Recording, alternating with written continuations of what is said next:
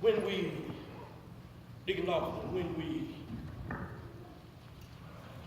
when we pick up our text, we see that some things are going on. What's happening here is Paul has just concluded a debate in regards to retrospect to resurrection. He was talking to some followers about resurrection because there was a debate as to the formulation of resurrection. And at the conclusion of the letter, I picked this particular verse because this particular verse jumped out at me when I thought about the literary genius of Paul, because I studied his writings. I was baffled at the fact of how he could have concluded the letter with an affirmation like he usually does, but instead of concluding with affirmation, he concludes with exhortation.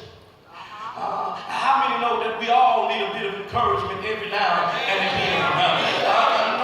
Notice here what Paul does. He tells them that, listen, because of the resurrection, because there is hope after the grave. I can't get no help up in here. I heard Paul say, absent from the body means present with the Lord. I dropped by to let you know that you don't have to groan and you don't have to moan, because Paul goes on to say that there's another building not made by the hands of man that is eternal unto the heavens.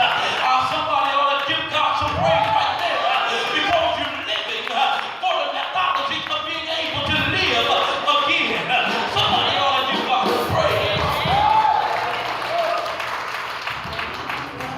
Now we pick up the text and we see that there's some things that Paul is saying in retrospect to being a servant, because how many know that ushering is about serving? Amen. Look at your neighbor, wake them up if they're going to sleep, and say, we all are servants. Wake the other neighbor up and say, we all are here to serve.